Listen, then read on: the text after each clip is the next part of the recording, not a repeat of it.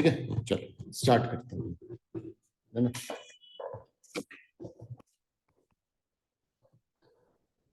अब अपन लोग पढ़ रहे थे कि रिलेटेड पार्टी वाला जो है ये बहुत इंपॉर्टेंट है। किसके पॉइंट ऑफ व्यू से, है ना। ऑडिट के पॉइंट ऑफ व्यू तो बहुत जरूरी है ना। Many related party transaction occur in the normal course of business, posing no higher risk than transaction with unrelated parties.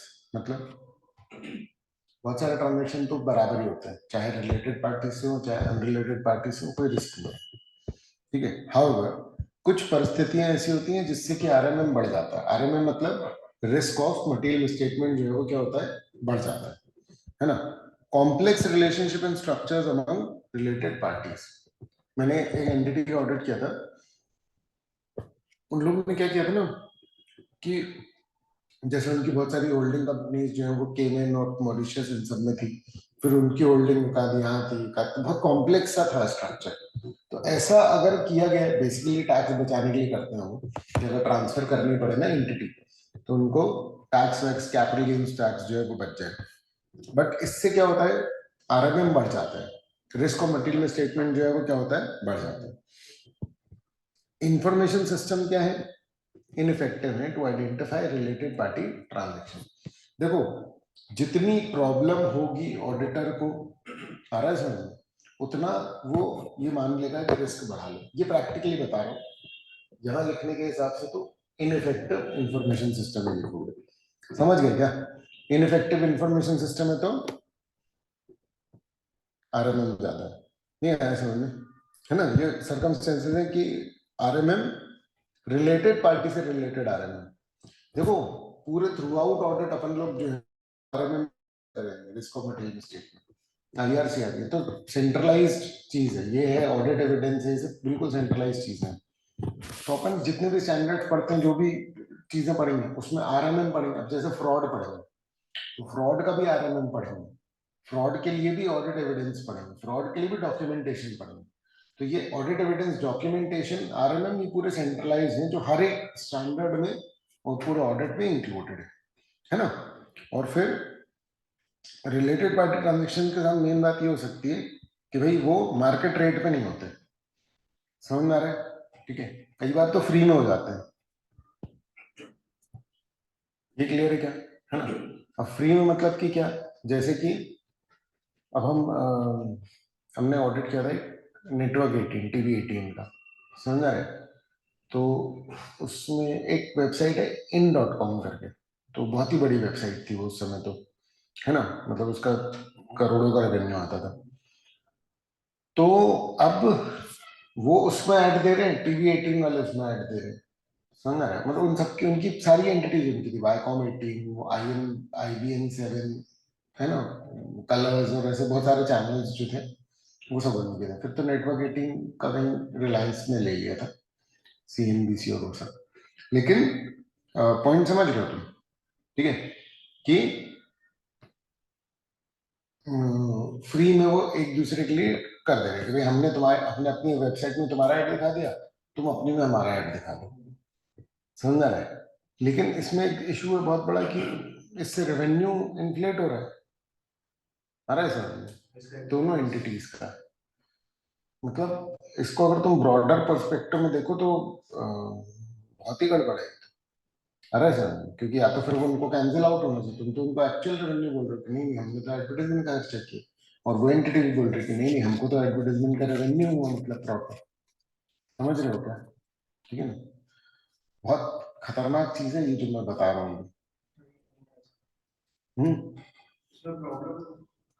इसमें देखो समझो, वैसे हो सकता है कि मैं एडवर्टाइजमेंट का खर्चा करता हूँ, समझना रहे, बट रिलेटेड एंटिटी है तो क्या हो रहा है, फ्री में दोनों ने एक दूसरे के, तो फ्री हो रहा है लेकिन वो फ्री नहीं दिखा रहे ना, वो बोल रहे हैं देखो हमने खर्चा किया, देखो हमको रेवेन्यू हो। दूसरी एंटिटी भी यही दिखा रही है कि देखो हमारा खर्चा हो, देखो हमको रेवेन्यू। सेल्स तो आपकी इन्फ्लेट हो जा रही है ना, प्रॉफिट नहीं भी हो रहा, तो आपका रेवेन्यू तो हायर साइड पर दिख रहा है कि नहीं दिख रहा है, आ रहा है समझ में, ये समझ में आया कि नहीं आया, है ना। तो ये थोड़ा सा लफड़े वाला काम है, ठीक है। चलो explanation, these notes elaborate on related party relationship and transaction, emphasizing the importance of identifying and assessing associated risk during the audit. ठीक है ना? ठीक है, ठीक, चलो अब understanding entities related party relationship and transaction आप समझोगे कैसे? सबसे पहले रिलेटेड पार्टी के बारे में पूछो, पूछो कौन कौन सी है ना, पिछले टाइम पीरियड से और करंट ईयर में क्या क्या चेंजेस आ रहे हैं, आ रहा है समझ में? तो चेंजेस आइडेंटिफाई, आ रहा है समझ में? आइडेंटिफाई कौन सी पार्टीज है और चेंजेस क्या क्या हो गए, नई रिलेटेड पार्टीज आ गई हैं क्या, है ना, डायरेक्टर की शादी हो गई है क्या, आ रहा है समझ में? ठीक है, तो क्या होगा, है ना, एंटिटी में कोई और सब्सिडरीज एक्वायर कर ली हैं क्या, ठीक है, जिसको एक्वायर किया उसकी भी और सब्सिडरीज हैं क्या, क्लियर है, ठीक है ना, ऐसे। तो फिर नेचर ऑफ रिलेशनशिप्स, अरे सर अब जैसे डायरेक्टर की शादी वाला तो वो अलग मैटर हो गया, वो अलग तरीके से रिलेटेड है, सब्सिडरी वाला अलग रिलेटेड है, बिजनेस रिलेशन वाला अलग रिलेटेड है, तो फिर क्या होता है कि कौन सा वाला है ये, समझ में आ रहा है, ठीक है ना, क्योंकि कुछ नेचर ऑफ रिलेशनशिप्स में क्या होगा, आरएमएम ज्यादा होगा और कुछ में कम होगा। फिर कितने ट्रांजेक्शन है, तो तुम्हें पॉइंट समझ आ रहा है क्या क्या कर रहा है अपन, कौन है रिलेटेड पार्टी, क्या चेंज हुए, क्या ट्रांजेक्शन हुए, और नेचर ऑफ रिलेशनशिप, ये चार चीजें अपनी आइडेंटिफिकेशन में कर रहे हैं, है ना। अब understanding controls established by management, management ने क्या कंट्रोल्स लगा रखे हैं, ठीक है ना, उनको देखो कि आइडेंटिफाई करने के लिए या उनके अकाउंटिंग के लिए या डिस्क्लोजर के लिए, क्योंकि एएस 18 में डिस्क्लोजर रिक्वायर्ड है अकाउंटिंग स्टैंडर्ड में, तो एंटिटी ने अपनी अकाउंटिंग करने के लिए तो आइडेंटिफाई कर ही रहे होंगे ना कि रिलेटेड पार्टी के ये ट्रांजेक्शन, तो एफआरएफ के हिसाब से तो वो कर ही रहे हैं, उनका कंट्रोल्स देख लो, कंट्रोल्स तो होने ही चाहिए, समझ में आ रहा है? क्योंकि भैया रिलेटेड पार्टी ट्रांजेक्शन और नॉर्मल लोगों के साथ ट्रांजेक्शन जो है वो डिफरेंट होता है। Authorise and approve significant transaction an arrangement with related parties, क्या अग्रीमेंट हुआ है रिलेटेड पार्टीज के साथ, है ना, और सिग्निफिकेंट ट्रांजेक्शंस का क्या सीन, ठीक है ना, और किस तरीके से मैनेजमेंट ऑथराइज करती है और किस तरीके से सिग्निफिकेंट ट्रांजेक्शन या नॉर्मल कोर्स के बाहर वाले जो ट्रांजेक्शन होते हैं उनके लिए क्या कंट्रोल्स है, इन तीन चीजों के लिए हमने क्या देख लिया, कंट्रोल्स, अरे सर, तो identify controls for this test,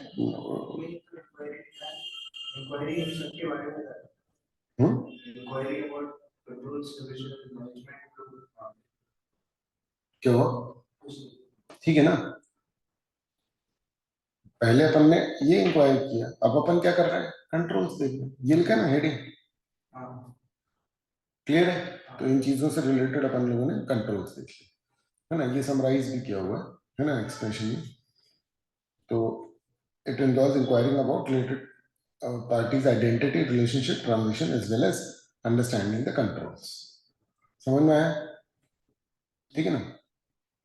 अब क्या बोल रहे हैं, कंसिडरेशंस फॉर स्मॉलर एंटिटीज, ठीक है ना, छोटी एंटिटीज के साथ क्या सीन है, कंट्रोल एनवायरनमेंट, कंट्रोल एक्टिविटीज से ज्यादा छोटी एंटिटीज में क्या इंपॉर्टेंट है, कंट्रोल एनवायरनमेंट, क्यों, छोटी एंटिटीज में कंट्रोल एक्टिविटीज से ज्यादा इंपॉर्टेंट क्या है, कंट्रोल एनवायरनमेंट,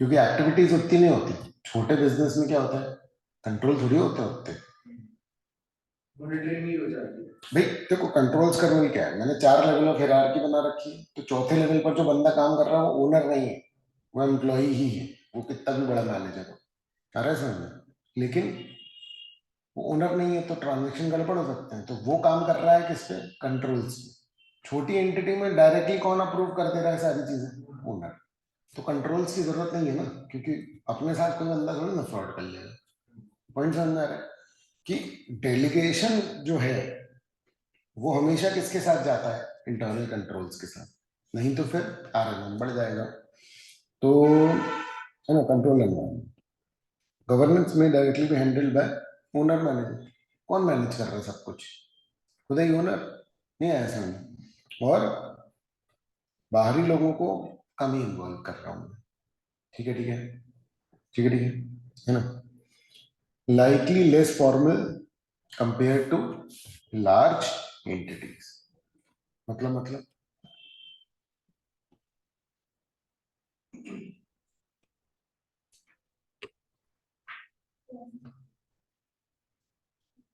लेस फॉर्मल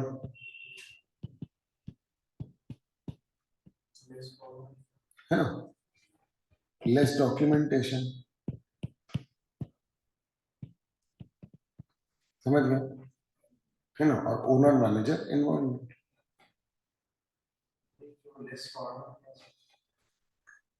छोटी एंटिटी है तो लेस फॉर्मल ही होगा ना, कि ये खरीद ले, मतलब तुम समझो ना, जिस चीज के लिए बड़ी एंटिटी में पूरा प्रोसेस डिजाइन होगा कि रिक्वेस्ट है, ये फिक्स एसेट खरीदना है, फिर वो उसके मैनेजर के पास जाएगा, फिर वो अप्रूव करेगा, परचेज डिपार्टमेंट में जाएगा, आ रहा है समझ। क्योंकि छोटी एंटिटी में वो पता चला 4 टेबल दूर पूछ रहा कि सर टेबल एक ले हम ले ले जाओ, आ रहा है समझ, हो गया अप्रूवल, क्लियर है कि नहीं। तो इसलिए वो अलग लेवल का रहता है, उसमें कंट्रोल का सीन, समझ गए हो क्या। अब एक्टिव मैनेजर का इन्वॉल्वमेंट से रिलेटेड पार्टी का रिस्क बढ़ भी सकता है, कम भी हो सकता है, ये तुमको देखना है कि रिलेट मतलब ओनर मैनेजर कैसा है, समझ रहा है कि वो इन्वॉल्व है तो आरएमएम बढ़ रहा है कि आरएमएम कम हो रहा है, क्योंकि वो तो इंटेंशन वाली बात होगी, है ना। बोल, ये क्लियर है क्या। ठीक, अब आते हैं अपन वेरिफिकेशन पे। तुम्हें समझ में आ रहा है अभी अपन ने क्या पढ़ा। ऑडिटर को बोला पता करो किसके बारे में, रिलेटेड पार्टीज, फिर बोला पता करो कंट्रोल्स, फिर बोला छोटी एंटिटीज में क्या होता है क्योंकि कंट्रोल लैकिंग होता है। अब उनका चेक कैसे करोगे, है ना, रिलेटेड पार्टीज कहाँ से पता लगेंगे, है ना, और ट्रांजेक्शन्स, तो इनकम टैक्स रिटर्न देखो, आ रहा है समझ, ठीक है, डोनेशन डोनेशन बहुत सारी चीजें हो सकती हैं। जो इंफॉर्मेशन ये लोग लीगल उसमें सबमिट कर रहे हैं ना उसको देखो, क्योंकि लीगल उसमें जब सबमिट कर रहे होंगे तो हो सकता है कि वहां झूठ बोलने से ये लोग डरे, हमको तो कुछ भी बोल देंगे, आ रहा है समझ, लेकिन लीगल में रिटर्न रिटर्न सबमिट करनी पड़ती, तो हो सकता है कि वहां पर क्या हो, झूठ वूठ कम बोलेंगे लोग, कौन एंटिटी वाले, हाँ, आरओसी वगैरह के पास जो भी इंफॉर्मेशन सब रेगुलेटरी अथॉरिटीज में कई आ जाती है ना, सेबी भी आ जाएगी, और मतलब स्टॉक एक्सचेंज को भी चाहिए रहता है अगर लिस्टेड है तो, बहुत सारी चीजें रहती है, क्लियर है। शेयर होल्डर रजिस्टर देखो, इसमें तो पता लग ही जाएगा मेन शेयर होल्डर्स कौन है ना। Statements of conflicts of interest from management and governance. Conflict of interest कब होता है, मान लो कि मैं ही अकाउंटिंग करूं और मैं ही ऑडिटिंग करने लग जाऊं तो क्या होगा, कॉन्फ्लिक्ट ऑफ इंटरेस्ट। तो कॉन्फ्लिक्ट ऑफ इंटरेस्ट हर उस स्थिति में आता है जहां पर खुद का काम इन्वॉल्व हो जाए, आ रहा है समझ में? हाँ, मतलब मुझे, मैं अपने ही बच्चे का एग्जाम पेपर रिव्यू कर रहा हूँ, मतलब समझ रहे हो ना, ठीक है, तो ये इस तरीके का हो जाता है।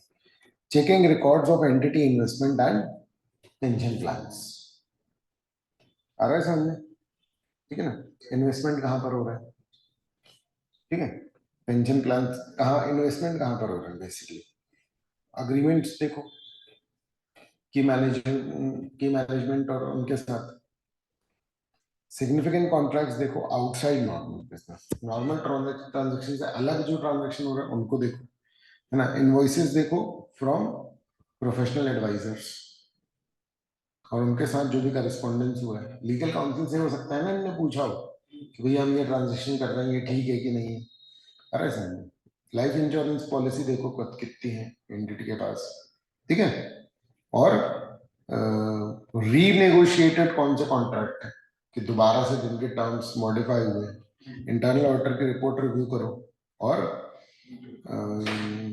वो प्रोस्पेक्टस वगैरह देख लें, आ रहा है समझ, क्योंकि उसमें तो सारे जो भी वो होते हैं, क्या नाम क्या होता है उसको, इंटरेस्टेड पर्सन, उन सबकी जानकारी होती है। स्टेक होल्डर्स तो यही बेनिफिशियल इंटरेस्ट वाले,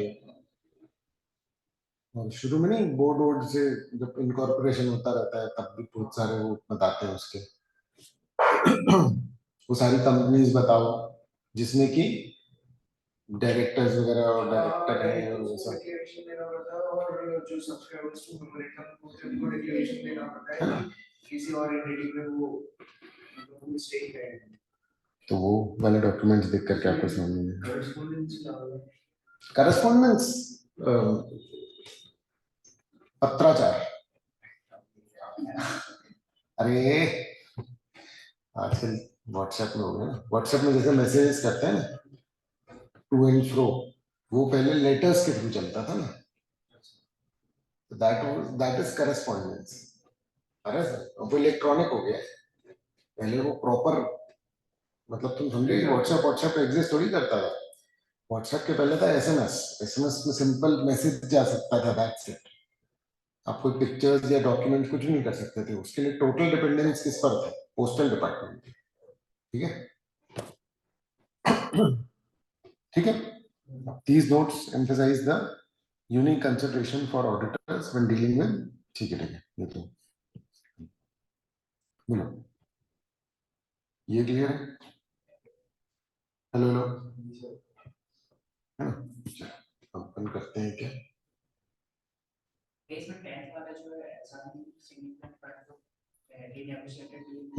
मॉडिफिकेशन इन कॉन्ट्रैक्ट, क्या कोई कॉन्ट्रैक्ट मॉडिफाई हुआ है?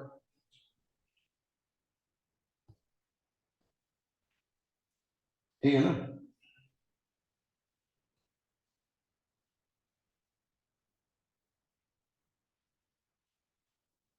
अरे ऑडिट का मॉड्यूल कहाँ है?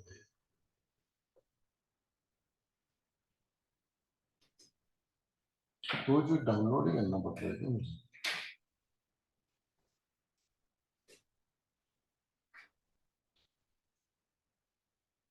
कौन सा? ऑडिट एविडेंस ना?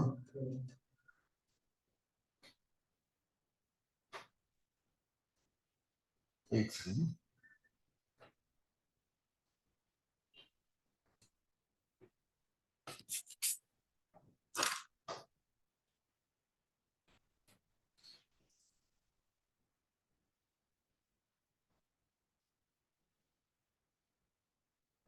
बस एक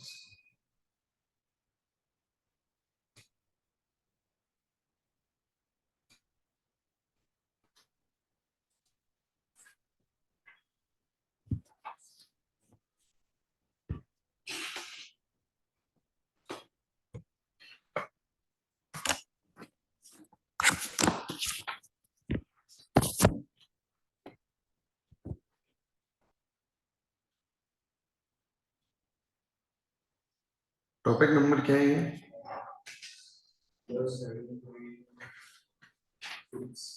7.8 बहुत ही बड़ा चैप्टर है यार।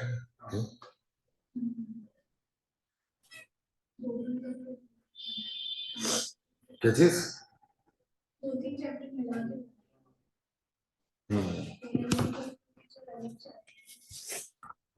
छोटे छोटे चैप्टर, एनालिटिकल भी है भी इसमें। चलो बताओ, फर्स्ट वाले का क्या होगा? क्या होगा?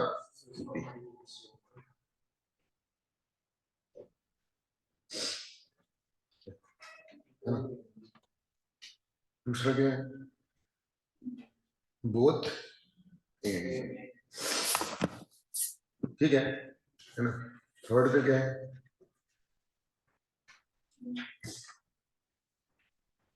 कंट्रोल किसको बोलेंगे? Ability to govern entities, financial and operating policies to derive benefits from its activities। ठीक है ना? फोर्थ वाला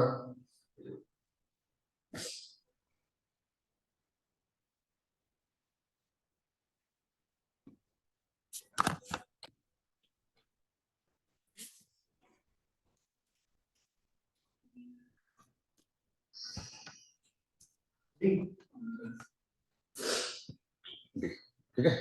फिफ्थ वाले का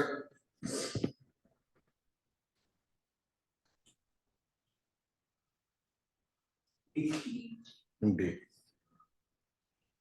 ठीक है। फिर 6th वाले का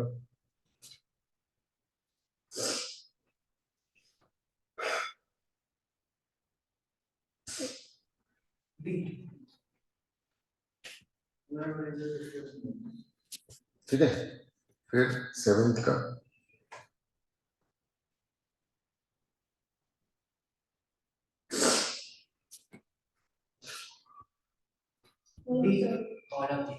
D all of the above. 8th का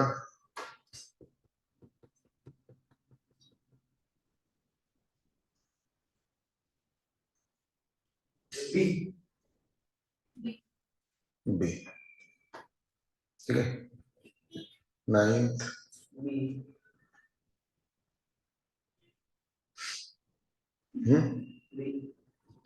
9th का नहीं, ए। सिग्निफिकेंट इन्फ्लुएंस है, कंट्रोल नहीं है। ठीक है। बी वाला कंट्रोल की डेफिनेशन है, ए वाला क्या है? Significant influence. फिर 10th का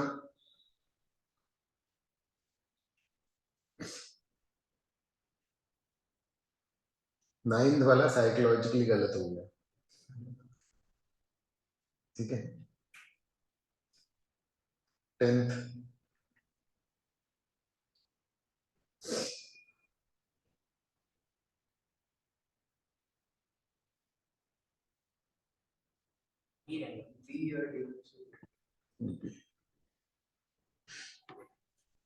ठीक है।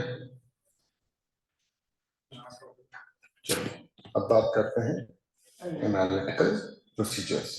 ठीक है। बहुत सिंपल है ना। एनालिटिकल प्रोसीजर में अपन बेसिकली देखते हैं ratios. Ratios financial and non financial दोनों देखते हैं। सिंपल क्लियर है ना। तो ना ये सब टॉपिक कवर होने वाले, मीनिंग, रिलायंस और एनालिटिकल प्रोसीजर और ये सारा कुछ। चलो सबसे पहले मीनिंग। तो पर्पस क्या है? रूटीन चेक्स के अलावा रूटीन चेक्स में क्या करते हैं अपन? किसको बोलते हैं? टीओडी, टेस्ट ऑफ डिटेल, है ना। इसके अलावा मैनिपुलेशन या मिस्टेक्स हमको किससे पता लग जाती है? ईपी से। ईपी मतलब एनालिटिकल प्रोसीजर। इसमें comparison, trend analysis, ratio analysis, ठीक है ना। इसको और क्या बोलते हैं? Overall test. ठीक है ना।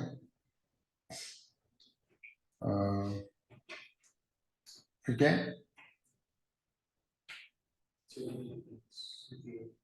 अरे यार गड़बड़ है।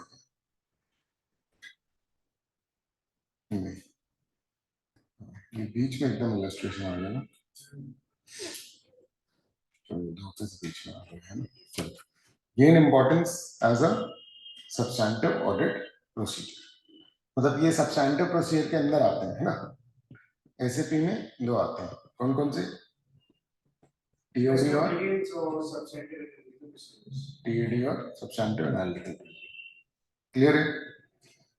चलो, तो रूटीन चेक के अलावा ये होते हैं, ठीक है ना।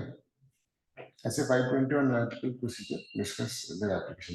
ठीक है ना। तो ठीक है, एक्सपेंशन में कोई दिक्कत नहीं है। CRO wants to verify payments made by XYZ on account of building rent। समझ में आ रहा है? बिल्डिंग रेंट का लेजर वो देख रहा है। रेंट 50,000 पर मंथ है, ठीक है ना। मंथली रेंट्स कंसिस्टेंट है विद द रेंट अग्रीमेंट, ठीक है। हाउएवर सिमिलर कंपनीज जो है वो 10,000 पर मंथ पे कर रही हैं सिमिलर लोकेशन के लिए। तो आप कैसे एनालिटिकल प्रोसीजर लगाएंगे इसमें? कंपैरिजन। ठीक है, वैसे इसका सवाल इसका आंसर आगे होगा, बट चेक डिटेल में करो। You may find that such payment are consistent with the rent agreement as rent, and the same is getting reflected in the इसमें। ये तो देख ही लेगा, है ना। Here, CA earner may not be able to find out the inconsistency in the rent payment with respect to the rent payment prevalent in the similar industry for the rent of the similar location. अपन ना ये पढ़ लेते हैं पहले, है ना, क्योंकि इसमें आगे है कि भाई कंपैरेटिव इंडस्ट्री से या प्रायर पीरियड से आप कब कंपेयर करोगे कब नहीं करोगे, सवाल थोड़ा सा पहले छप गया है, ठीक है ना। तो इसको एक बार पहले कंटेंट पढ़ लें, फिर उसके हिसाब से आंसर होगा इसका। चलो, मीनिंग ऑफ एनालिटिकल प्रोसीजर। अब देखो, analytical procedures involve evaluating financial information by applying by analyzing plausible relationship among financial and non-financial data। ये तो अपने को पता ही है ना।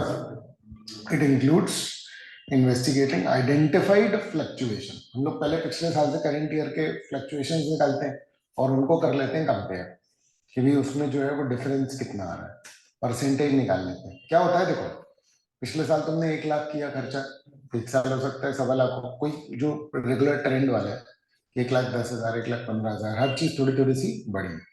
कोई चीज एकदम से 1 लाख से 10,000 हो गई, कोई चीज 1 लाख से एकदम से 15 लाख हो गई, समझ रहे हैं। तो ये है एनालिटिकल से पाए जाने वाले डिफरेंस। एक होता है कि हम एक लेजर उठा रहे हैं यहाँ 15 लाख का, चलो उसमें से सैंपल निकालने चेक करें। एक होता है कि भैया पिछले साल तो ये बिल्कुल ही अलग था, इस साल तो ये बिल्कुल ही अलग हो गया, तो ये क्या हो गया,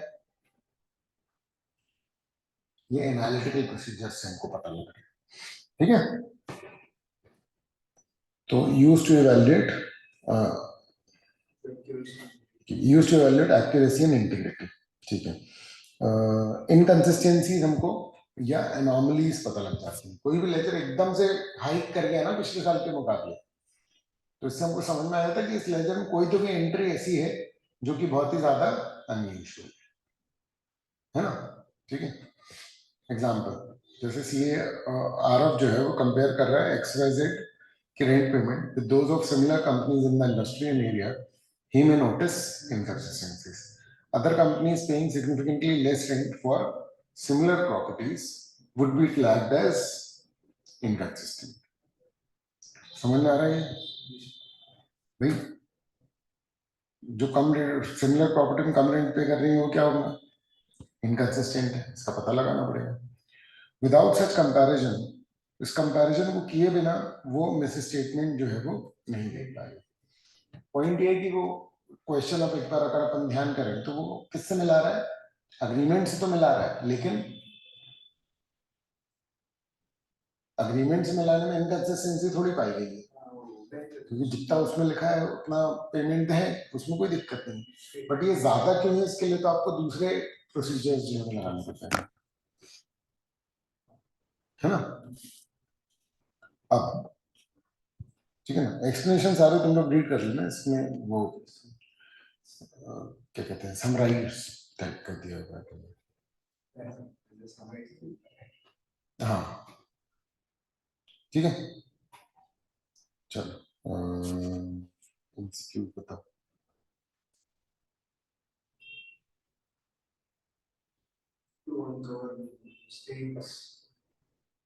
हाँ, फर्स्ट वाले का क्या होगा, सी, ठीक है। अभी खत्म, अभी तो चालू हुआ है वो, है ना, भी बहुत सारी बातें हैं इसमें, ठीक है। दूसरे का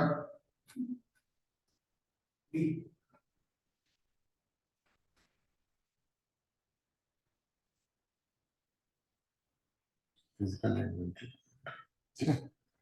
थर्ड का, थर्ड का क्या होगा, सी, है ना। फोर्थ का सी, फिफ्थ का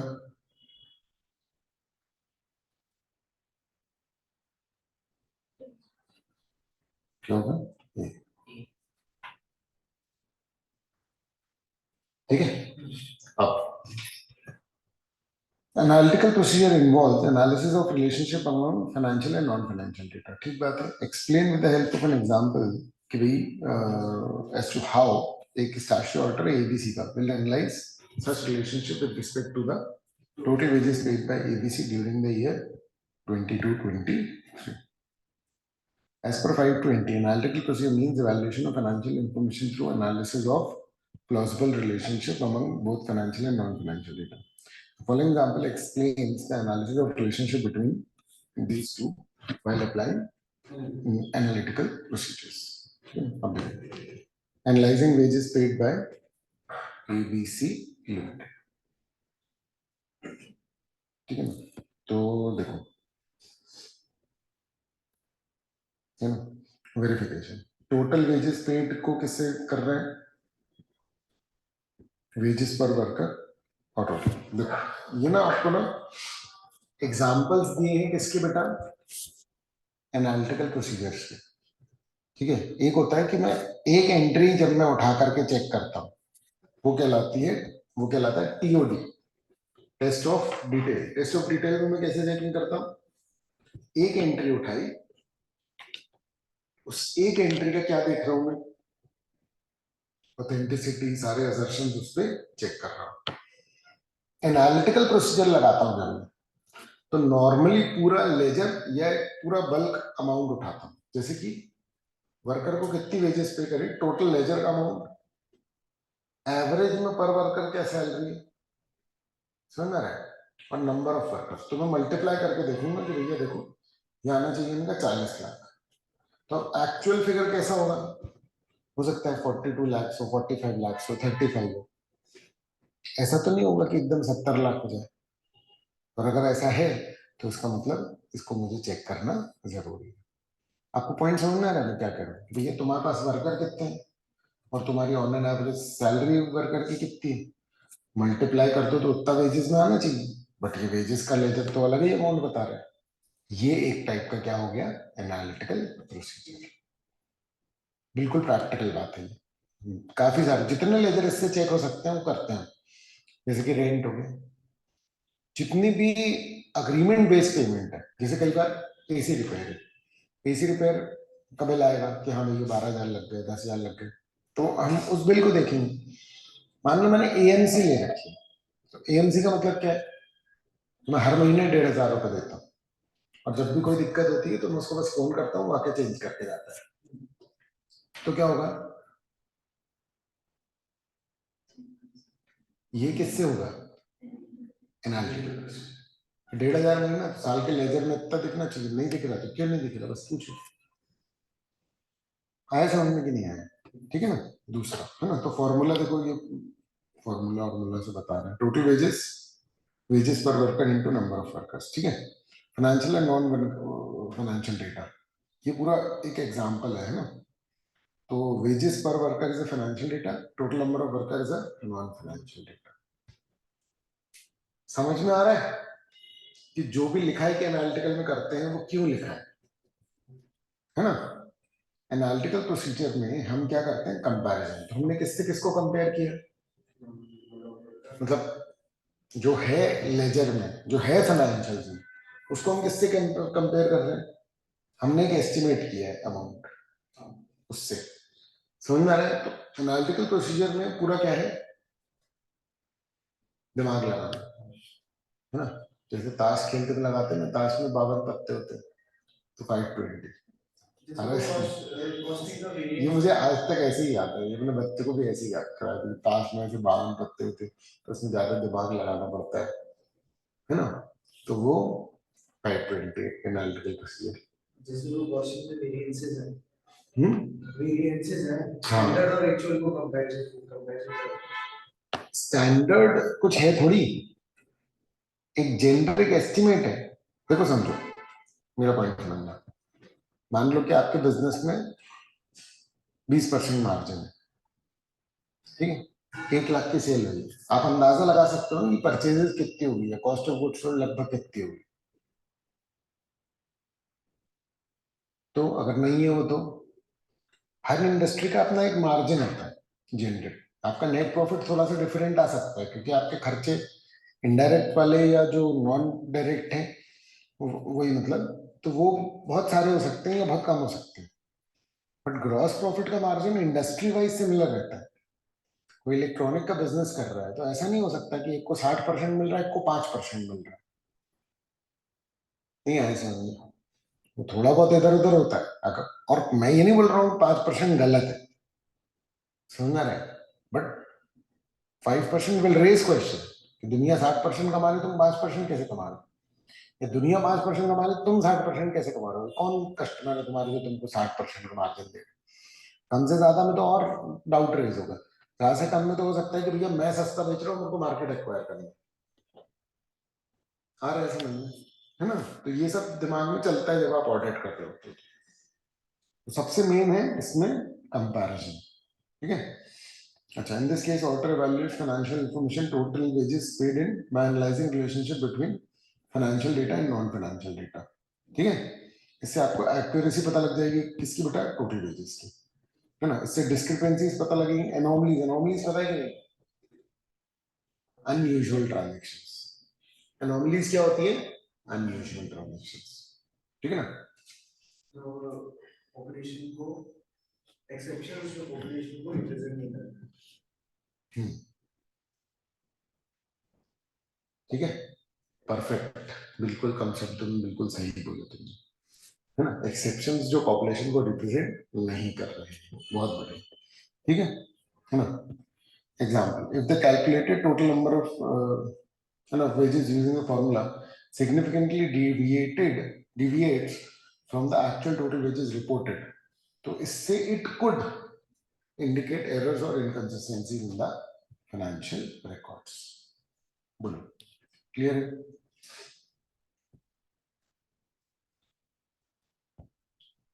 समझ गए हैं क्या? ठीक है, ठीक है ना? तो अब देखो, एंटिटी का एनालिटिकल प्रोसीजर में हम करते हैं कंपैरिजन, ठीक है ना? ठीक है, और रिलेशनशिप कंसिडर करते हैं। ये रिलेटेड पार्टी वाले नहीं है, ये डेटा जो आपस में रिलेटेड है। मेरे फिक्स एसेट जितने पुराने होंगे उतना मेरा रिपेयर बढ़ेगा, जितने मैं रिप्लेस करूंगा उतना रिपेयर चार्जेस कम होते जाएगा। मतलब आप पॉइंट समझ रहे हो क्या? मेरा कॉमन सेंस बहुत प्रॉपर है, आपको दीन दुनिया की खबर है कि क्या होता है, पॉइंट समझ रहे हो ना?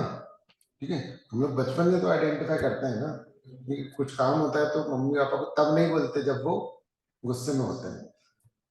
You are analysing, you are applying analytical procedure, ठीक है? कि आपका एनालिसिस कहता है कि this is not the right time. नहीं आ रहा समझ में? क्लियर है? ठीक है, चलो। और दूसरे सब प्रोसीजर, ये तीनों को मिला करके क्या बनता है?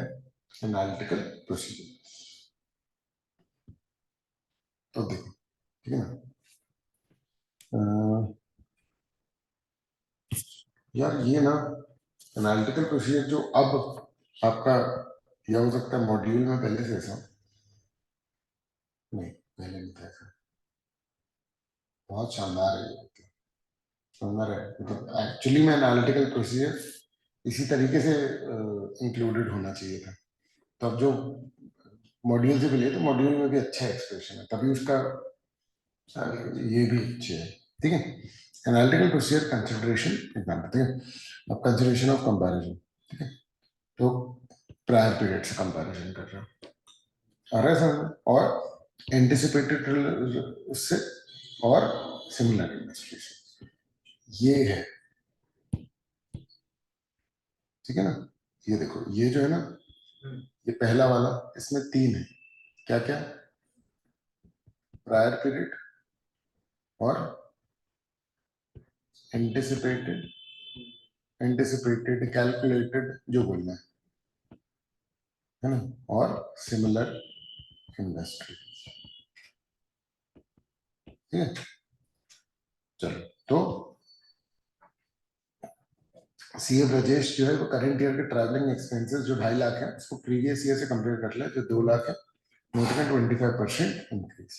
He also compares this increase with trends from earlier years. भाई सिंपल है, मैं पूछूंगा कि भैया ये क्यों बढ़ा, वो कह रहा है मैंने 2 नए ब्रांचेस डाली, जस्टिफाइड, सिंपल है। आप देख लो सच बोल रहा है कि नहीं। लॉजिकल तो हर बार बताएंगे, समझना, लेकिन वो कितना ज्यादा लॉजिकल है या रीजनिंग आपकी सही हो जाए कि हाँ हाँ हाँ ये रीजन तो एक्सेप्टेबल है, आ रहा है समझ में? ठीक है ना?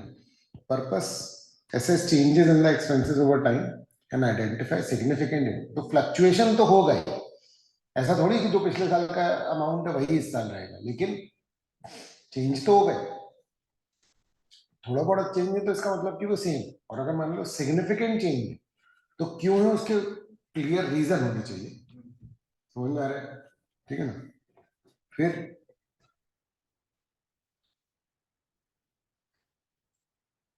है ना, अब देखो दूसरा है बजट से कंपेयर कर लो, फोरकास्ट से कंपेयर कर लो। आपने पहले अंदाजा लगाया था कि इतना होना चाहिए था। समझ में आ रहा है क्या? है ना। और अपनी खुद की एक्सपेक्टेशन से, मतलब कि एंटिटी ने अपना एक कोई प्लान बनाया था क्या कि इतना हो जाना चाहिए। समझ में आ रहा है? ठीक है ना। अनरियलिस्टिक नहीं होना चाहिए बस। ठीक है। अच्छा, सिमिलर इंडस्ट्री, सिमिलर इंडस्ट्री जैसे कि सेल्स टू अकाउंट रिसीवेबल, कितनी सेल होती है और कितने डेटर्स होते हैं, इसका एक रेशो होता है। ठीक है। इससे पता चलता है कि इन जनरल कितनी सेल उधार में होती है या कितने ऑन एन एवरेज डेटर आपके बचते हैं। ये कई बार इंडस्ट्री वाइज सेम होता है क्योंकि ये नॉर्म वैसे ही चलता है। समझ में आ रहा है? जैसे किराना दुकान है तो बहुत सारे लोग उसमें उधार लेते हैं, लेकिन इलेक्ट्रॉनिक्स की शॉप है उसमें नॉर्मली कोई उधार नहीं चलता। ठीक है ना। क्लियर है? हम्म।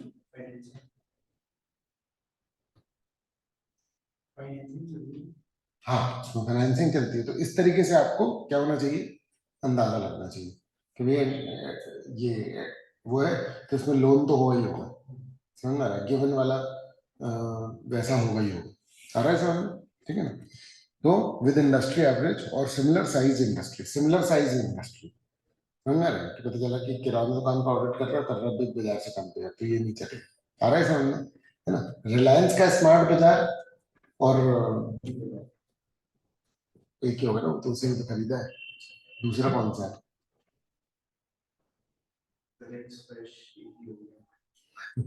हाँ, मतलब जो भी है कोई भी दूसरा ले लो, उससे कंपेयर करके आप लगाओगे तो जो एंटिटी बड़ी है उसका ज्यादा होगा, लेकिन एक रेशो जो है उसका अंदाजा आपको लग जाएगा। डी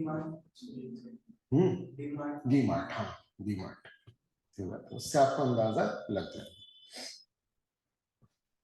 पर्पस क्या है कि रिलेटिव पोजीशन आपको पता लगे। देखो क्या है, हमको मैसेज स्टेटमेंट ढूंढना है।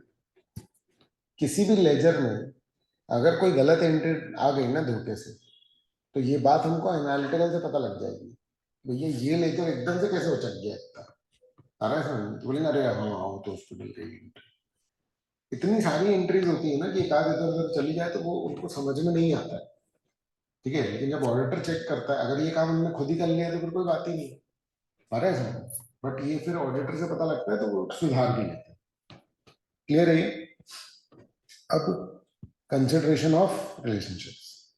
ठीक है ना। तो फाइनेंशियल इंफॉर्मेशन, नॉन फाइनेंशियल,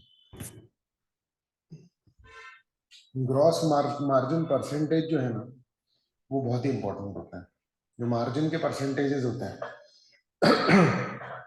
वो इनकम टैक्स वाले भी देखते हैं, सब देखते हैं, क्योंकि वो जनरली चेंज नहीं होता। क्लियर है? आ रहा है समझ में? तो ये बहुत इंपॉर्टेंट एनालिटिकल प्रोसीजर है। अब इरेगुलरिटीज देख लो, इनकंसिस्टेंसीज देख लो, ये फाइनेंशियल डेटा हो गया, है ना। नंबर ऑफ एम्प्लॉइज और पेरोल कॉस्ट। नॉन फाइनेंशियल में आप फाइनेंशियल को किससे कंपेयर करते हो? नॉन फाइनेंशियल से, है ना। और हाँ, assess the efficiency of workforce utilization and identify discrepancies between financial and operational data। कि भैया इस बार तो तुम्हारे 15 वर्कर जो हैं, क्या 15% वर्कर तुम्हारे छोड़ करके चले गए, बट तुम्हारा सेल्स रेवेन्यू बढ़ गया है, तुम्हारा जो कैंटीन का खर्चा है वो बढ़ा हुआ है, कुछ भी जो भी आपको रिलेटेड दिख रहा है। समझ में आ रही है बात?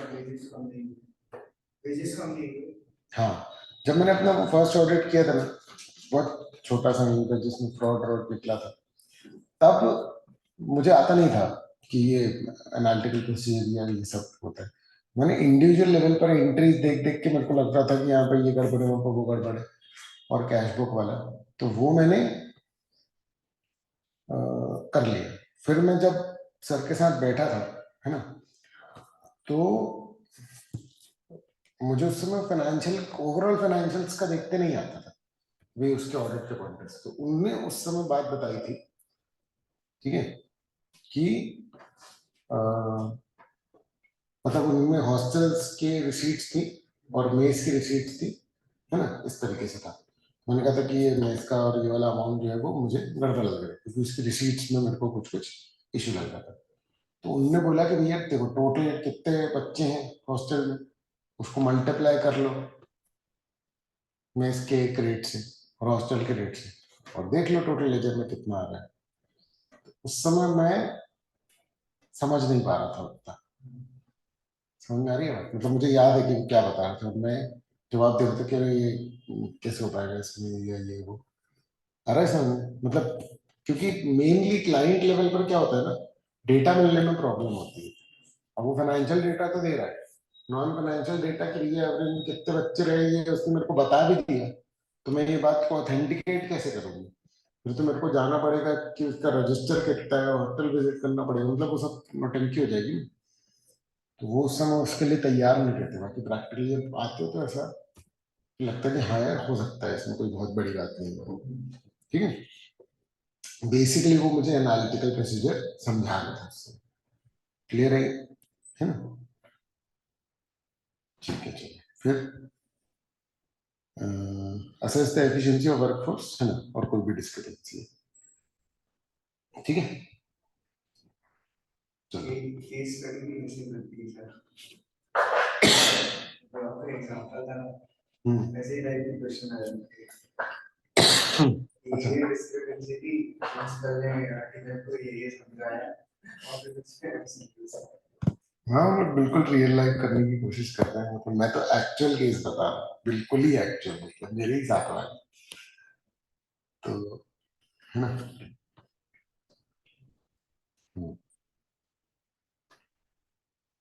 चलो बताओ।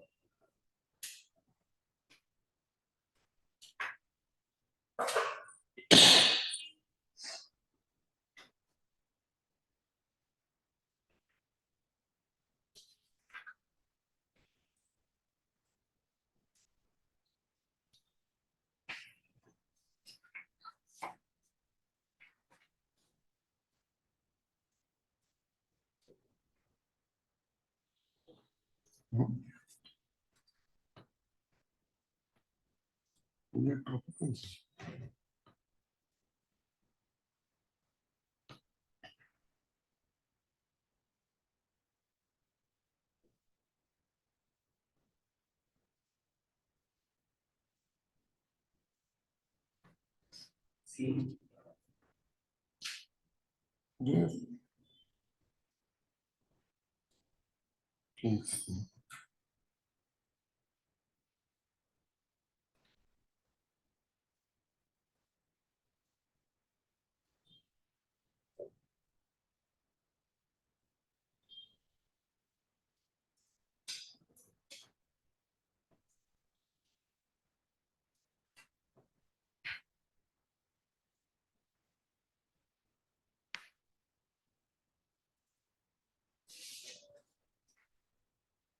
इसके तो आंसर देंगे।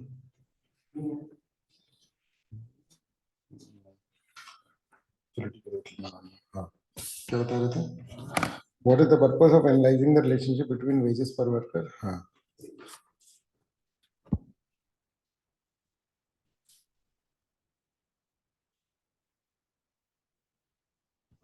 ठीक है। सी, which one of the following is an example of a non-financial data in context of analyzing wages paid by ABC Limited?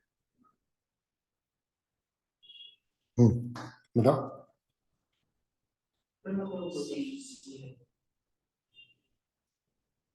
ठीक है, चलो फिर what is the purpose of comparing current year travelling expenses with previous years?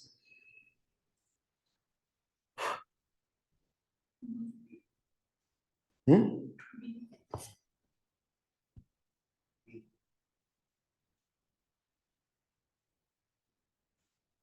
ठीक है, अब fourth, how does analyzing budget and forecasted figure provided by the entity contribute to?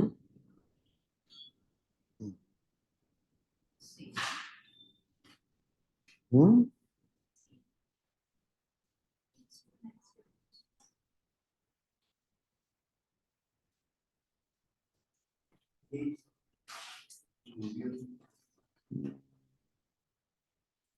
Budget और forecast तो अपनी एक्सपेक्टेशन है ना, ठीक है। फिफ्थ,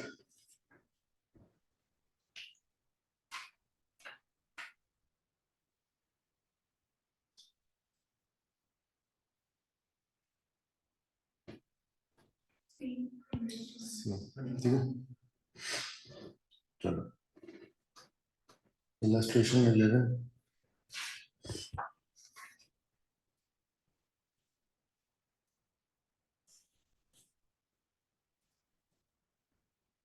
हाँ, इन्वेंट्री टर्नओवर क्लाइंट का पिछले साल का था 2.8 और 22-23 में 2.9। इंडस्ट्री का पिछले साल 3.1 था, इस बार 2.8 है। समझे कि नहीं? तो भैया आपका कैसे बढ़ गया? पूरी इंडस्ट्री का तो कम हुआ है। समझे कि नहीं? ग्रॉस मार्जिन बाकी सबका थोड़ा सा बढ़ा है और क्लाइंट का हमारा भी थोड़ा सा बढ़ा है। आ रहा है समझ?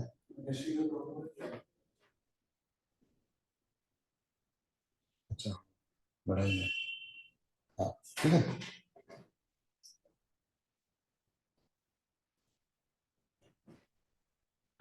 चलो, वेरियस मेथड में be used to perform analytical procedure. Simple comparisons भी हो सकते हैं और कॉम्प्लेक्स एनालिसिस भी हो सकता है, एडवांस स्टैटिस्टिकल टेक्निक्स यूज करके। क्लियर है ना? ये अपन कंसोलिडेटेड में भी लगा सकते हैं, कंपोनेंट्स में भी लगा सकते हैं, इंडिविजुअल एलिमेंट्स में भी लगा सकते हैं इसको, एपी को, है ना? Thus, we can say that AP may be segregated into the following major types. Client industry data, client data with similar prior period, है ना? बजट से कंपैरिजन, ऑडिटर के कैलकुलेशन से कंपैरिजन और expected result using non financial data. ये तो जबरदस्त है। आ रहा है समझ? ये पूरे एनालिटिकल प्रोसीजर को समराइज कर रहा है एक्चुअली, ठीक है।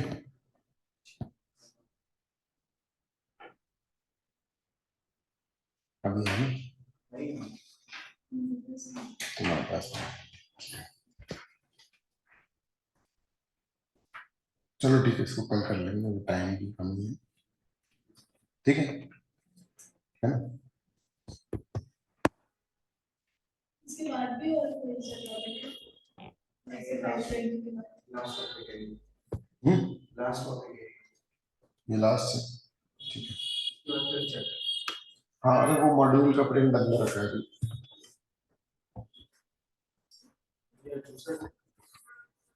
क्या?